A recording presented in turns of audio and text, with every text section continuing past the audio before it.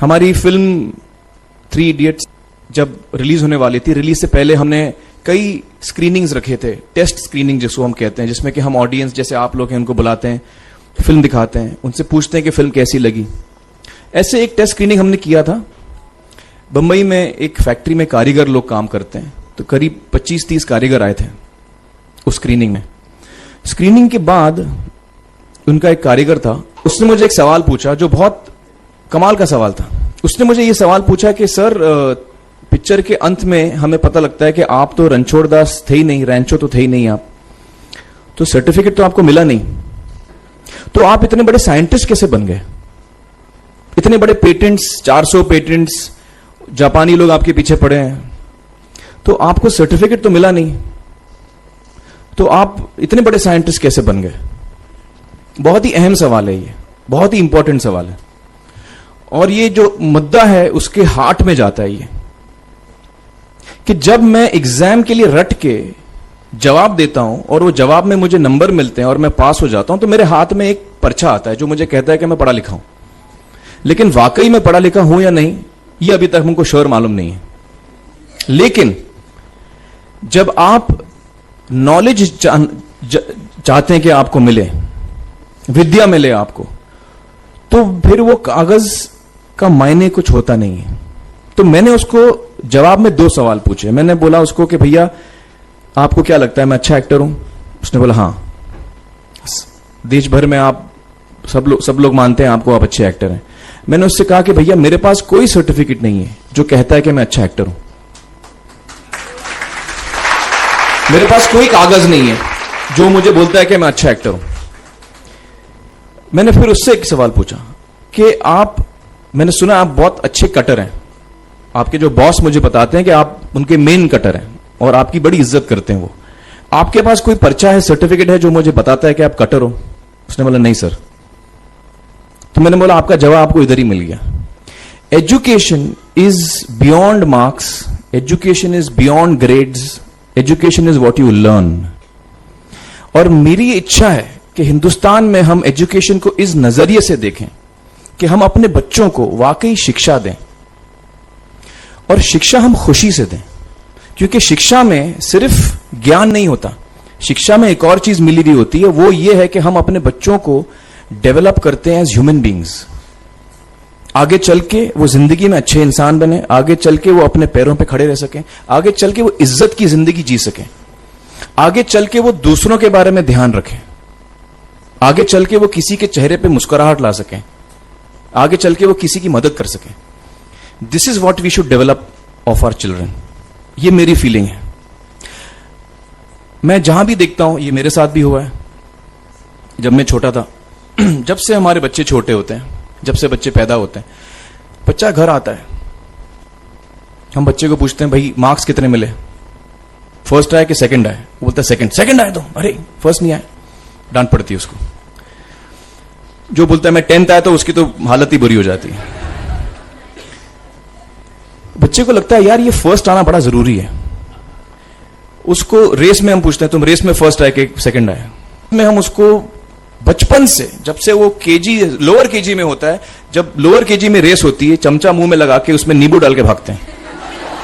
उसमें भी हम बच्चे को पूछते हैं अरे मेरा बेटा फर्स्ट आएगा, लाओ बेटा मेरा फर्स्ट आना, मतलब पेरेंट्स चिल्ला रहे हैं बेटा भागो, मतलब नींबू लेके भागो।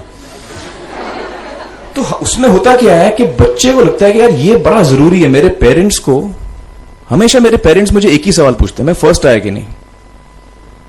उसके जहन में ये बात बैठ जाती है कि मेरे को अव्वल आना है, मेरे को कंपीट करना है, मेरे को बाकी लोग से आगे निकलना है।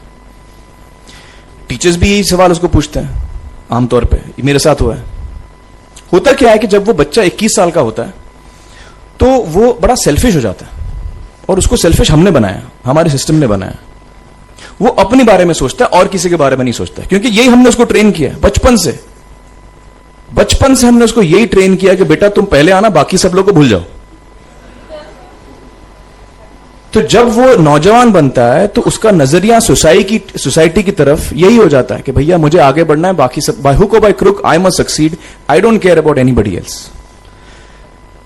मेरा ये दिल कहता है, मेरा ये दिल चाहता है कि अगर हम जितने यहां पेरेंट्स हैं एडल्ट्स हैं, यंगस्टर्स हैं जो कल जाके पेरेंट्स बनेंगे, अगर हम अपने बच्चों को ये सीख दें जब वो छोटे हैं, जब वो घर आए हम उसको ये सवाल पूछें, ये नहीं पूछें कि मार्क्स कितने मिले, उसको ये पूछें कि बेटा आज तुमने किसकी मदद की,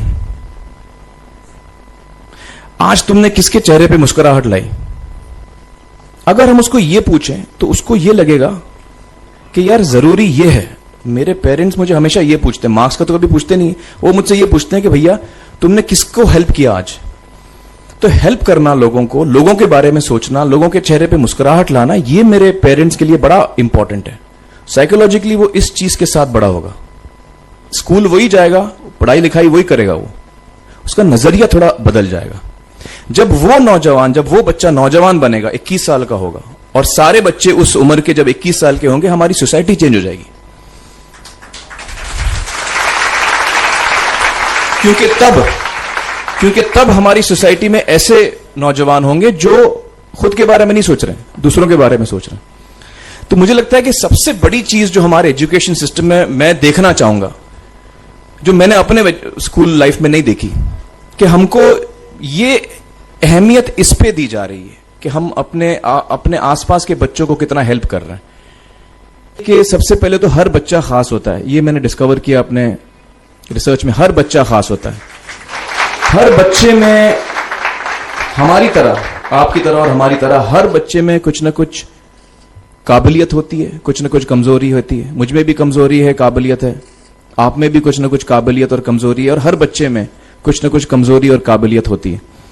और हमें as parents, as elders, as education system, हमें हर बच्चे की खासियत को पहचानना है, उससे मदद करनी है, उसकी क्या खासियत है, उसका क्या दिल चाहता है, उसे किस चीज में खुशी मिलती है, वो हमें उसको हेल्प करना है कि हम उसको वो ढूंढ सके, और उसमें हमें सपोर्ट करना है, और जो उसकी कमजोरी है उसमें हमें उसको सपोर्ट करना है।